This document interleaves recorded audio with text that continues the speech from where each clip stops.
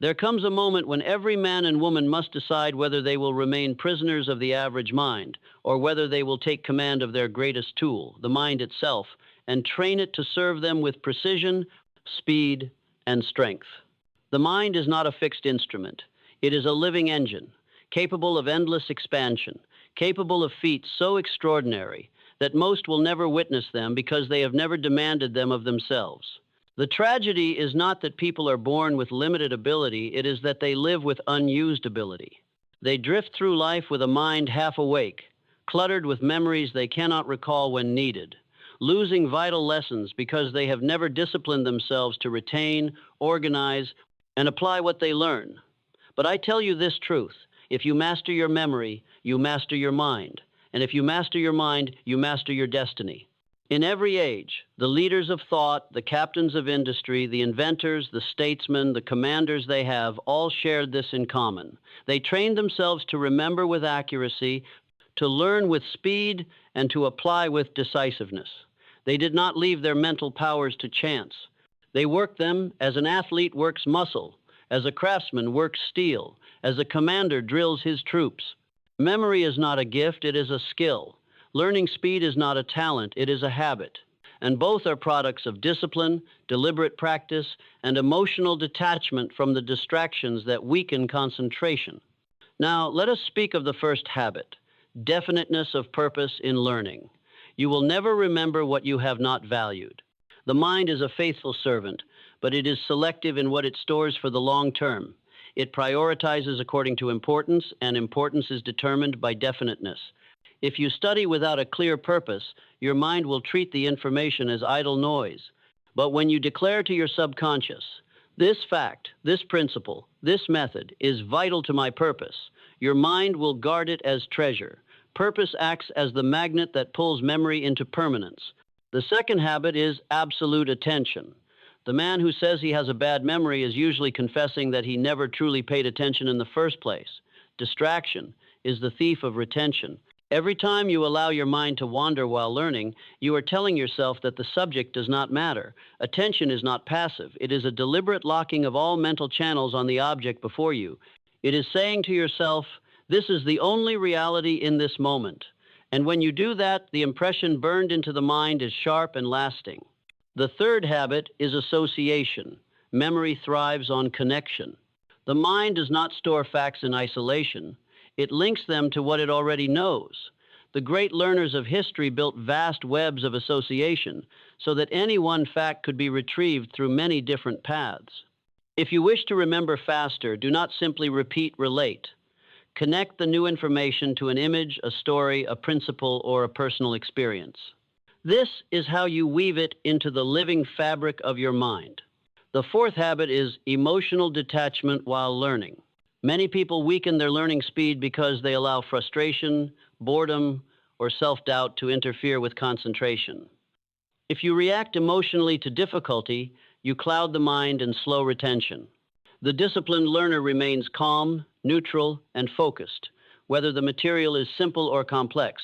Detachment frees the mind to operate at full efficiency without the interference of emotional static. The fifth habit is immediate application. The quickest way to lose what you have learned is to delay its use. The moment you put a new concept into action, you move it from short-term memory into long-term command. This is why the most effective learners never leave a lesson without trying it, teaching it, or applying it to a real situation. Knowledge unused is knowledge soon forgotten. The sixth habit is accurate thinking. The mind remembers truth more easily than it remembers distortion, because truth aligns with reality, and reality is reinforced by daily experience. If you store vague, half-formed, or inaccurate ideas, your memory must continually fight to reconcile them with reality, which leads to confusion and forgetfulness. Commit yourself to clarity, precision, and correctness in what you learn, and your memory will retain it with less strain. The seventh habit is periodic review. The mind, like the body, strengthens through repetition. The most brilliant minds of history, from Thomas Edison to Charles Darwin, maintained systems for revisiting key information at set intervals. This review need not be long, but it must be consistent. A principle glanced at weekly is remembered for years. A principle studied once and never reviewed is lost in months. The eighth habit is mental economy. Just as a wise investor does not scatter his capital across 100 weak ventures, the wise learner does not overload the mind with unfiltered information. Select what serves your purpose and give it the full strength of your attention. The cluttered mind remembers little. The focused mind remembers much. The ninth habit is visualization. The mind remembers images more easily than words. The disciplined learner translates concepts into vivid mental pictures so that recall becomes as simple as remembering a scene. The sharper the image, the quicker the memory. The 10th habit is teaching others. The surest test of mastery is the ability to explain it clearly to someone else. Teaching forces the mind to organize, clarify, and express knowledge, locking it in place far more firmly than silent study alone. The 11th habit is rest and recovery. Memory is not built in the hours of study alone. It is consolidated in the hours of rest. A fatigued brain is like a cluttered desk. The mind cannot file away what it has learned until it has time to clear the workspace. The 12th habit is emotional amplification of key ideas. While emotional detachment is vital to avoid interference, deliberate emotional engagement at the right moment can supercharge retention. Linking a lesson to a moment of inspiration, excitement, or personal meaning engraves it deeper in the mind.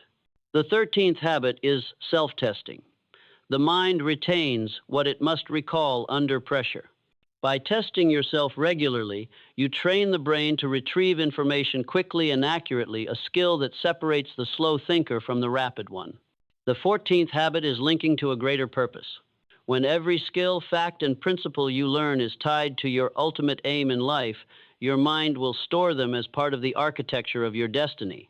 This alignment makes learning automatic because the mind recognizes its direct connection to your purpose. The 15th habit is eliminating mental negligence. Forgetfulness is often the result of laziness in the moment of learning, failing to note, failing to connect, failing to care. The disciplined learner never lets information pass through the mind unexamined.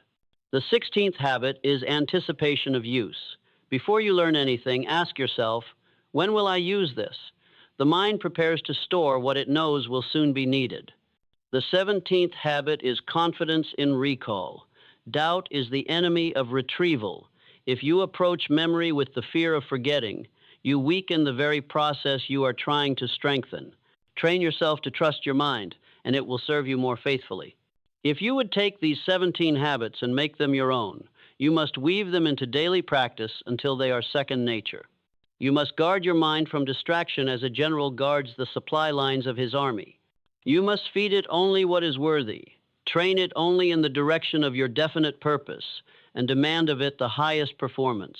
Do this, and you will not only learn faster and remember longer, you will think more clearly, decide more accurately, and act more decisively. You will become in truth a master of the one resource that makes all others possible, the disciplined, trained, unstoppable mind. Habit 1, definiteness of purpose in learning. A mind without a definite purpose is like a ship without a rudder. It drifts, it turns with every gust of wind, it follows the currents without resistance, and it never reaches a chosen port. The majority of people approach learning in this way. They gather information without a plan, they expose themselves to ideas without direction, and they hope that somehow the pieces will assemble themselves into wisdom. But hope is not a method.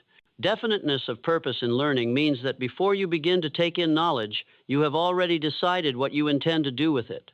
It means you know exactly why you are learning and how this knowledge will advance your cause. The subconscious mind is a faithful servant, but it must be given clear orders. When you impress upon it the reason why a certain fact, skill, or principle is vital to your mission, it will store it with care and recall it with precision. But when you learn without a reason, the subconscious treats the information as disposable clutter. Ask yourself before you begin any study, what will I do with this? How will this serve my definite major purpose? If you cannot answer, either find the connection or leave the subject alone until you can. The mind trained on purpose becomes a magnet for relevant knowledge. Irrelevant knowledge simply passes through without consuming energy. Habit 2, absolute attention. The man who claims he cannot remember is often the same man who never truly attended in the first place. Attention is the front door to memory, and most people leave it half open while attempting to learn. They allow the mind to wander to unrelated matters, to rehearse conversations, to dwell on past mistakes, to drift into daydreams. Then they blame their memory for failing to retain what they never fully received. Absolute attention is an act of will. It is the deliberate locking of every channel of thought onto the object of study. It means that in the moment of learning, there is no other world but the one in front of you. Every sense is directed toward the subject, every ounce of concentration is fixed upon it. Train this habit in small moments, when you listen, truly listen, as if there were no other sound in existence. When you read, let no word pass without comprehension. When you study, see it as the only reality that matters in that hour. The sharper the focus, the deeper the imprint in memory. Habit 3, association. Memory thrives on connection. A single fact floating in isolation is easily lost. A fact tied to a web of related ideas is held in place. The great minds of history built memory not by rote repetition alone, but by weaving every new idea into a network of meaning. Association is the process of linking new knowledge to something already familiar. You might connect a new name to a vivid image, a historical date to an event in your own life, a principle of science to an analogy in nature. Each connection is another pathway by which the mind can find its way back to the stored information. Make it your habit to never leave a piece of knowledge unconnected. Ask, what does this remind me of? What is this like? Where have I seen something similar? The mind is like a city. The more roads leading to a location, the easier it is to reach. Habit 4, emotional detachment while learning. The undisciplined learner allows frustration to sour his concentration. The moment he encounters difficulty, he reacts with impatience, with self-criticism, with boredom. These emotional reactions cloud the mind like smoke in a room, making clear thinking difficult and slowing retention. Detachment while learning means that you approach the material without letting emotion dictate your attention. You treat difficulty as a signal to adjust your method, not as a verdict on your ability. You remain steady, whether the lesson is simple or complex, whether you feel eager or weary. This calm neutrality is not coldness, it is efficiency. It preserves mental energy for the work at hand. It prevents the waste that comes from emotional turbulence. A detached mind can learn for hours without fatigue because it is not burning energy on unnecessary reactions. Habit 5, immediate application. Knowledge is like wet cement, pliable, when fresh, hardened with time. If you shape it immediately, it takes the form you desire. If you wait, it becomes rigid and unyielding. The quickest way to fix knowledge in memory is to use it at once. Apply the concept to a problem. Explain it to someone. Write it down in your own words. Integrate it into a plan or project already underway. The act of application forces the mind to recall, organize, and adapt the knowledge, thereby strengthening the neural pathways that store it. Delay is the enemy. The longer you wait to use what you've learned, the more the initial impression fades, and the more energy is required to recover it. Make it your rule. Never leave a learning session without putting the knowledge to work in some form before the day ends. Habit 6, accurate thinking. There is no foundation more critical to memory than truth itself. The mind remembers what is clear, consistent, and aligned with reality far more easily than it remembers what is confused or distorted. Inaccurate thinking is like trying to build a stable structure on sand. The base shifts, the walls lean, and the entire edifice collapses under pressure. Accurate thinking demands that you separate fact from opinion, evidence from assumption, truth from hearsay. Most people store more assumptions in their mind than verified facts, and because those assumptions do not align with reality, they are easily displaced or forgotten when tested. The disciplined mind refuses to build its memory on such weak material. When you commit something to memory, ensure that it is precise. Ask, is this verified? Is this the complete truth as far as I can determine? Is it stated in the clearest form possible? The sharper the definition, the easier the recall. Accurate thinking also removes mental contradictions. If your memory contains two opposing ideas, the subconscious is in constant conflict over which one to retrieve. Clear out the false, clarify the vague, and your mind will return the correct information with speed and certainty. Habit 7. Periodic review. The mind is not a vault into which you can deposit knowledge once and expect it to remain forever without maintenance. Knowledge fades without use. Review is the reinforcement that turns temporary impressions into permanent assets. Think of review as the sharpening of a blade. A sword left untouched will dull with time, no matter how fine its steel. But a sword regularly honed will cut with precision at a moment's notice. Your knowledge works the same way without review. It loses its edge. With review, it remains keen and ready. The most effective review is spaced at intervals a day after learning, a week after, a month after. Each review rekindles the neural pathways, making them more efficient. This is not a sign of a weak mind. It is the method by which the strongest minds maintain their strength. Make it your habit to revisit the principles, facts, and skills most vital to your purpose. Guard them as a banker guards his best investments with constant oversight. Habit 8. Mental economy. Mental economy is the discipline of investing your attention where it yields the highest return. The average mind wastes its capacity on the trivia of the day gossip, idle speculation, endless streams of disconnected facts. Such a mind is cluttered, and a cluttered mind cannot remember with power. Mental economy begins with selection. Choose deliberately what you will study, what you will read, what you will watch, what you will listen to. Filter every potential input through the question, does this serve my definite major purpose? If the answer is no, discard it without hesitation. Next, concentrate your mental energy. When you learn, do not attempt to divide your attention among many subjects. Master one thing at a time, and only then move on to the next. Depth of focus creates retention. Shallow focus creates forgetfulness. A mind trained in economy is like a well-managed estate. Every resource is directed toward growth, and nothing of value is allowed to go to waste. Habit 9. Visualization. The mind recalls images more vividly and more persistently than words alone. A single picture can anchor 1,000 words in memory. Visualization is the deliberate creation of such mental pictures to make knowledge unforgettable. When you learn a concept, translate it into an image so striking that the mind cannot help but remember it.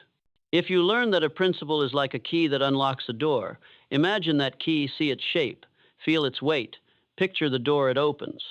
If you are studying a process, see each step as a vivid scene, one leading into the next. The more senses you involve, sight, sound, touch, even imagine smell, the stronger the memory. Visualization transforms abstract ideas into concrete mental landmarks. Habit 10. Teaching others. What you can explain, you own.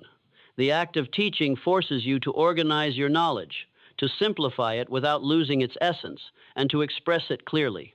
This process locks the information into your mind more securely than any amount of silent review. Make it your habit to share what you learn as soon as possible. Do not wait for formal opportunities. Explain it to a colleague, a friend, even to yourself aloud. In teaching, you discover the gaps in your understanding and fill them. You strengthen the pathways of recall.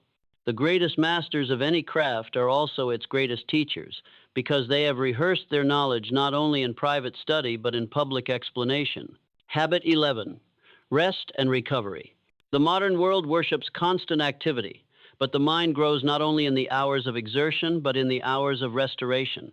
Memory consolidation, the process by which short-term impressions become long-term knowledge, occurs largely when the mind is at rest, especially during sleep. Neglecting rest is like planting seeds and then refusing to water them. The effort of planting is wasted because the conditions for growth are absent. Make sleep and periods of mental quiet part of your training. The disciplined mind alternates between intense focus and deliberate rest. In this rhythm, both learning speed and retention increase without strain. Habit 12. Emotional amplification of key ideas.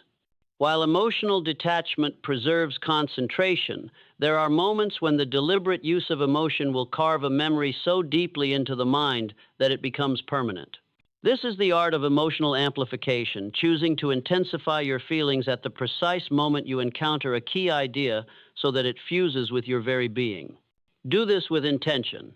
When you learn a truth that could change your life, pause and feel its weight. See its consequences unfolding in your own future. Imagine the victories it will make possible if applied, and the losses that will come if ignored. Allow your enthusiasm, determination, or sense of destiny to surge for that brief moment, and in doing so, you bind the idea to a powerful emotional charge. The subconscious remembers emotionally charged moments with special intensity. Use this fact as a craftsman uses a tool, sparingly, precisely, and for maximum effect. Habit 13. Self-testing. You do not truly know what you have learned until you can recall it under pressure. Passive review gives the illusion of mastery. Active recall proves it. Self-testing forces the mind to retrieve information without prompts, strengthening the pathway between storage and use. Make testing a regular part of your training. After study, close the book and write down everything you remember. Ask yourself questions as if you were the examiner. Speak the answers aloud. Challenge yourself to recall facts, principles, and processes in different orders and contexts. Each successful retrieval is like laying down another layer of stone in the foundation. Each struggle to recall is a strengthening exercise for the mind. Habit 14. Linking to a greater purpose. When your learning is tied to something larger than yourself, the mind is less likely to discard it. Knowledge attached to your definite major purpose becomes part of the architecture of your destiny. If your purpose is to build a business, every lesson in leadership, negotiation, or finance is stored as essential. If your purpose is to become a master in your field, every technical detail is remembered as a tool of mastery. The mind understands what is relevant to survival and achievement, and what is relevant to your purpose is, to the subconscious, as vital as food and water. Therefore, never learn in isolation. Before you begin, declare to yourself exactly how this information connects to your mission. The stronger the link, the deeper the imprint. Habit 15. Eliminating mental negligence. Forgetfulness often comes not from the limits of the mind, but from negligence at the moment of learning. The habit of letting information pass through your awareness without stopping to note it, connect it, or value it is the habit of a careless steward who leaves the vault open to thieves. Train yourself to treat every worthy fact or principle as a deposit of wealth. Handle it deliberately. Place it in the proper mental account. Make the decision, in the moment you encounter it, that this will be remembered, and take the steps to secure it through review, association, and use. Negligence is a small leak that empties a great reservoir over time. Close it, and you will find your retention improving without any change in capacity. Habit 16. Anticipation of use. The mind stores what it expects to need. If you approach a subject thinking, "I will probably never use this," the subconscious will treat it as expendable. But if you approach with the expectation of immediate use, the mind will file it for quick retrieval. Before you begin learning, picture the situations in which you will apply the knowledge. Imagine yourself using it in conversation, in work, in decision-making. This anticipation tells the mind, "Keep this ready, it will be called for soon." The result is faster learning and sharper recall. Habit 17. Confidence in recall. Doubt is a corrosive force in memory. If you tell yourself, "I'll never remember this," you have already instructed your subconscious to discard it. Confidence, on the other hand, reinforces retention. When you trust your mind to recall, you relax, and a relaxed mind retrieves more easily than a tense one. This confidence is built through practice. As you succeed in recalling information, acknowledge it. Let each victory in memory strengthen your belief in your ability. In time, this belief becomes self-fulfilling. You remember because you expect to remember. Now, with these 17 habits assembled, you hold in your hands the blueprint for transforming your mind into an instrument of precision and speed. But a blueprint changes nothing unless it is acted upon. This is where discipline becomes the deciding factor between those who speak of mastery and those who achieve it. You must install these habits not as occasional techniques, but as the operating system of your daily life. You must give them the same place in your schedule that the builder gives to laying bricks, that the musician gives to scales, that the soldier gives to drill, and you must guard them against erosion, for the world will pull at your attention, tempt you with distraction, and whisper the excuse of tomorrow. Refuse tomorrow. Take possession of your mind today. Begin now to direct it, to train it, to use it with the same deliberate force that the most successful men and women of history have used. And when the day comes, as it surely will, that you stand in a room confronted with a problem others cannot solve, and your mind delivers the answer with clarity and speed, you will know the value of the discipline you have built. When you sit across from an opponent in negotiation and you recall every fact, every precedent, every calculated move without strain, you will feel the power that few ever taste.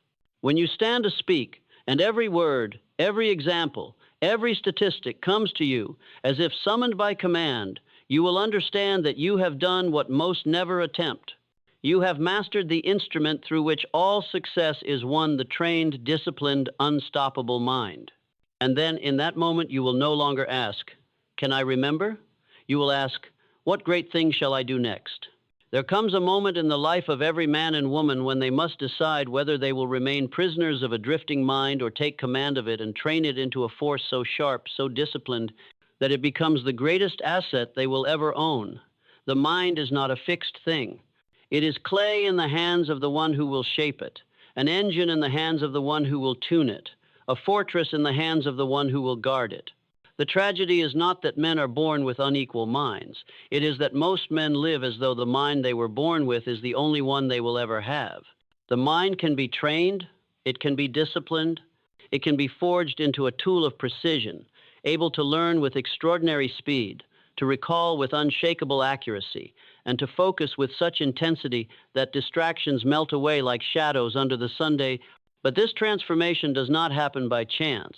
It comes only to the one who approaches his mind as the craftsman approaches his trade, with purpose, with patience, and with a relentless demand for improvement. You must begin with purpose, for the mind will never hold what it does not value. The learner without a definite aim will gather facts like leaves in the wind, scattered, disconnected, gone by morning. But the learner who studies with a clear objective burns each fact into place because the mind has been told in no uncertain terms, "This is vital. Guard it." Your purpose is the magnet that draws information into the vault of your memory and holds it there. Without it, even the finest teaching will fade into mist. Purpose alone, however, is not enough. You must give your learning the full force of absolute attention. Half listening is the enemy of memory. To attend fully is to be nowhere else in your mind, but here, now, with the subject before you. Every sense engaged, every wandering thought cut away. It is in these moments of total attention that the mind carves deep channels, so that when you return to them later, the water of recall flows easily. And when you attend, you must link the new to the known.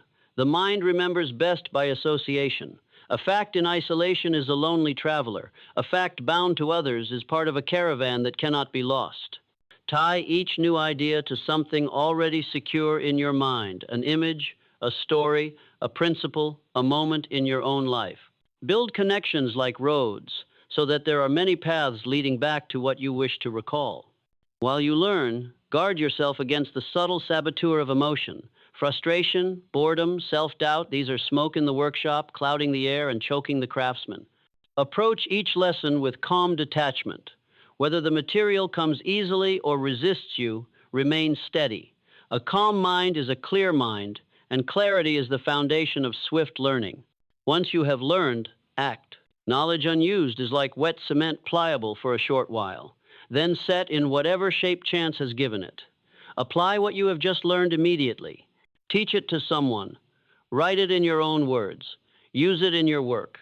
The act of application takes what is fragile and makes it permanent. What you commit to memory must be accurate, for falsehoods confuse recall and waste the energy of the mind. Seek clarity in every idea you store. Remove contradictions, correct errors, and make your knowledge as sharp as a blade. Truth is the easiest thing to remember because it aligns with reality, and reality reinforces it every day. But even truth will fade if it is left unattended. Review is the sharpening stone on which the blade of knowledge is kept keen. Revisit the principles that matter most to you, not once, not twice, but at regular intervals.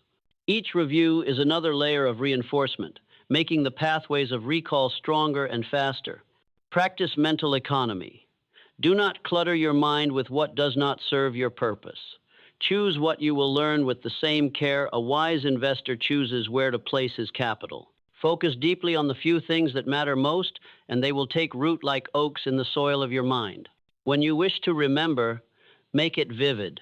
The mind is drawn to images, and it keeps them more faithfully than words.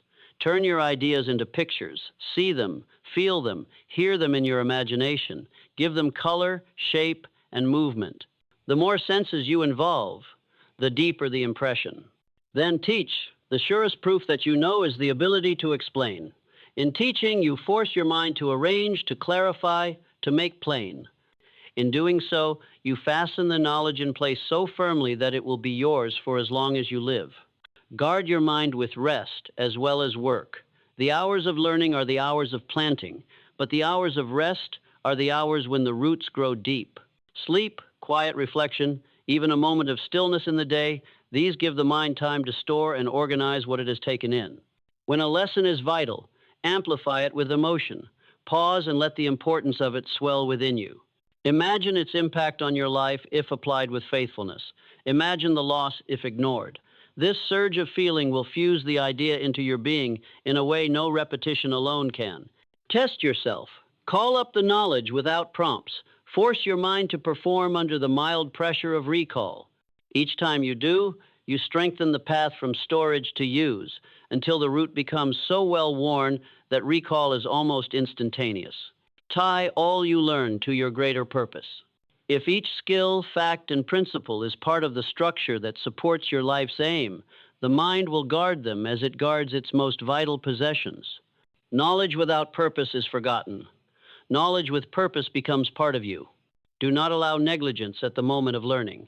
Do not let valuable information pass through your mind as a guest who leaves no trace.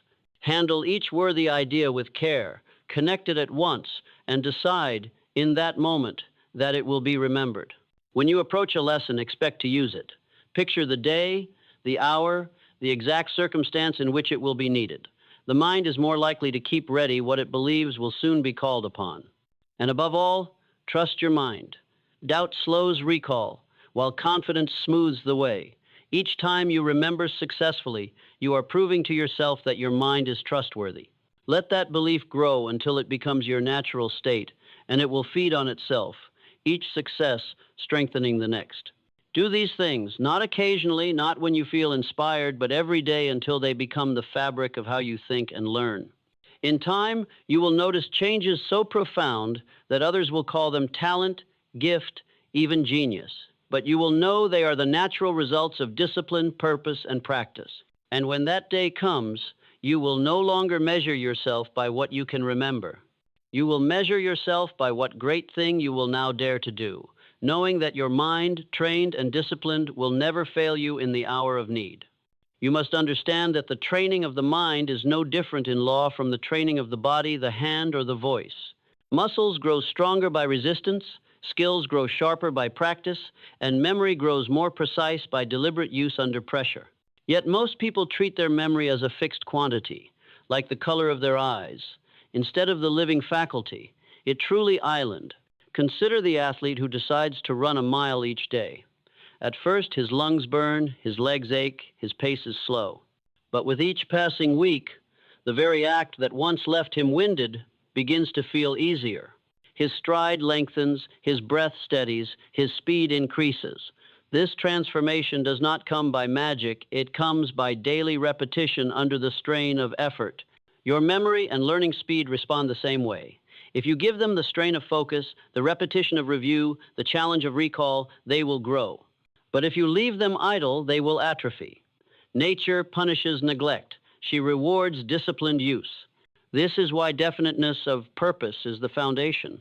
Without it, you are like a builder ordering bricks without knowing the size or shape of the house. The bricks arrive, but they lie in piles, serving no structure. With purpose, every brick is measured, placed, and fitted into the grand design. The mind needs the same direction, otherwise it will store information without order, and when you try to recall it, you will find only a scattered heap. I have sat with men whose fortunes were measured in tens of millions, and I have asked them about their mental habits. Every one of them had this in common. When they studied something, they knew in advance why they were studying it and how it would serve their ultimate goal. They gave their mind orders the way a general gives orders to an army. Hold this hill, defend this bridge, take this ground. And the mind, obedient to command, held, defended, and took what was asked. From purpose, we move to attention, for a distracted mind is a leaking container. You cannot pour water into a barrel full of holes and expect to have water tomorrow. Likewise, you cannot pour information into a mind full of openings for distraction and expect to have knowledge tomorrow. I recall the story of a young man who came to me years ago complaining of his poor memory. He told me he could never remember names, figures, or instructions. I asked him to describe exactly what he did when introduced to someone new. He admitted that while hearing the person's name, he was already thinking about what he would say next. There was the leak. He had never sealed the barrel with true attention. The very moment of learning was already polluted by divided thought. I told him, look at the person. Hear the name as if it is the only sound in the world. Repeat it aloud, then connect it to something familiar. Within weeks, his poor memory was cured, not because his capacity had changed, but because his attention had. Association is the road system of the mind. Imagine a city with thousands of buildings, but no streets. Even the most valuable structures are useless because no one can reach them. Each fact you store without association is like a building without access. But connect it to something you already know, and you lay a road to it. The more roads you build, the easier it is to reach. Here, a salesman once gave me a perfect example. He was forced to memorize the specifications of dozens of products. At first, he tried rote repetition, reading the list again and again, but he forgot half of it within a day. Then he changed his method. He linked each product to an image in his mind. The heaviest model became a giant iron safe in his imagination. The fastest model became a racehorse. The cheapest model became a coin in his hand. Suddenly, recall was effortless because he had not memorized a dry fact. He had memorized an image that his mind could not help but see again. And yet, even with purpose, attention, and association, there remains the threat of emotional interference. Frustration, self-doubt, boredom, these are thieves that creep into the workshop of your mind, stealing energy and leaving tools scattered. If you react with irritation to a difficult concept, you waste energy that could be used to understand it. If you approach study already convinced you will fail, you give your subconscious the order to forget. Detachment is the guard at the workshop door. It keeps emotion from disturbing the precision of the work. This does not mean you feel nothing. It means you remain steady, letting neither excitement nor frustration pull you from the task. A calm learner learns faster because all of his energy goes toward the work, not toward wrestling with his own mood. Then there is immediate application, which is the hammer blow that sets the nail. If you learn a new tool and set it aside for later, you will find it rusted when you return. But if you use it at once, it becomes yours.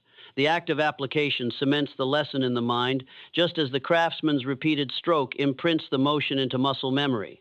From immediate application, we pass to the law of accurate thinking, for even the most disciplined mind will falter if it is trained on falsehoods. The mind holds truth more easily than lies, for truth fits the shape of reality. When a fact aligns with the way things actually are, every encounter with reality reinforces it. But when you store an error, reality contradicts it at every turn, and the mind becomes confused, reluctant to recall it, or uncertain when it does. The habit of accurate thinking begins with the willingness to suspend judgment until the facts are clear. Do not be quick to adopt a statement just because it is popular, repeated often, or sounds agreeable. Ask yourself, how do I know this is true? If your answer is weak, test the claim before you fix it in memory. The strongest minds are not those that remember the most, but those that remember the most correctly. I have seen men lose fortunes not because they lacked memory, but because they remembered the wrong things. They clung to false market predictions, to bad advice, to outdated assumptions, and their perfectly trained memories became the instruments of their own ruin. Guard against this by ensuring that what you commit to memory has passed through the filter of verification. Once your knowledge is accurate, you must guard it through periodic review. Knowledge is perishable if neglected. The human mind will let go of what it does not use, for nature wastes nothing on the unused. If you do not revisit a truth, you signal to your subconscious that it is no longer important and it begins to fade. Review is not drudgery. It is the sharpening of the blade. The swordsman does not sharpen his weapon because it has grown dull from disuse. He sharpens it because he knows that when the moment of need arrives, there will be no time to grind the edge. Set times in your life for review, daily for the freshest ideas, weekly for the vital principles, monthly for the great laws that guide your work. Let no principle essential to your purpose go unrehearsed for long. But remember this: review without mental economy is just hoarding. You must be selective in what you choose to keep alive in your mind. Many people cling to vast amounts of trivia, remembering things that add nothing to their mission while letting the essentials grow dim. This is like a merchant filling his storehouse with stones while his gold sits unguarded outside. Economy of mind means that you ask of every piece of knowledge, does this serve my definite major purpose? If it does, keep it sharp. If it does not, release it and use the freed capacity for something that matters. The mind, like a room, feels larger and cleaner when clutter is cleared away. To make what you keep even stronger, you must add visualization to your arsenal.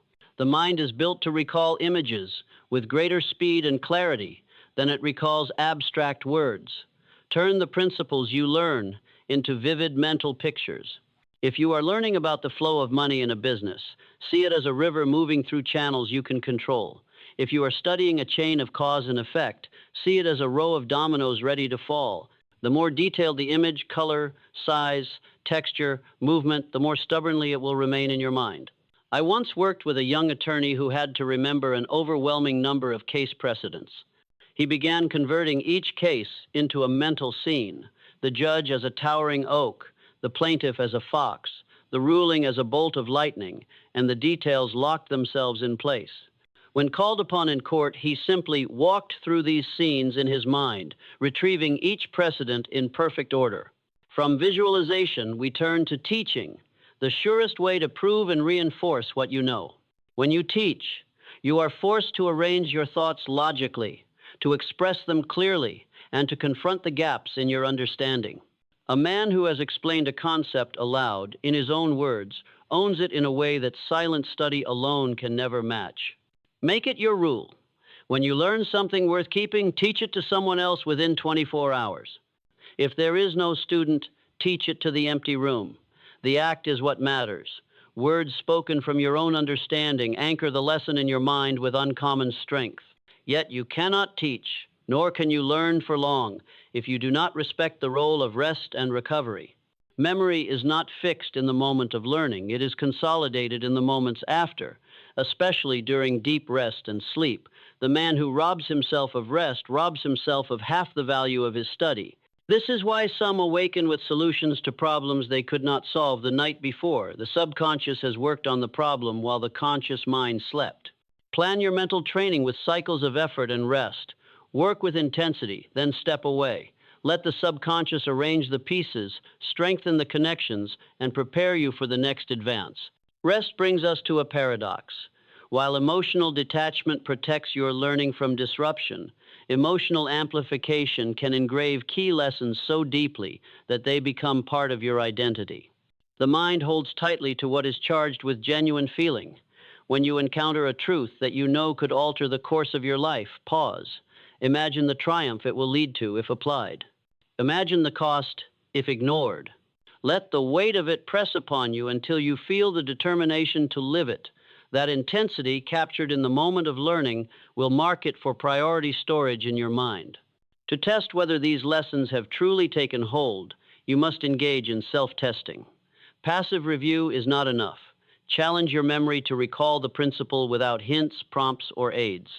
The very act of struggling to retrieve the knowledge strengthens the connection, just as muscles are strengthened by lifting a weight close to their maximum capacity.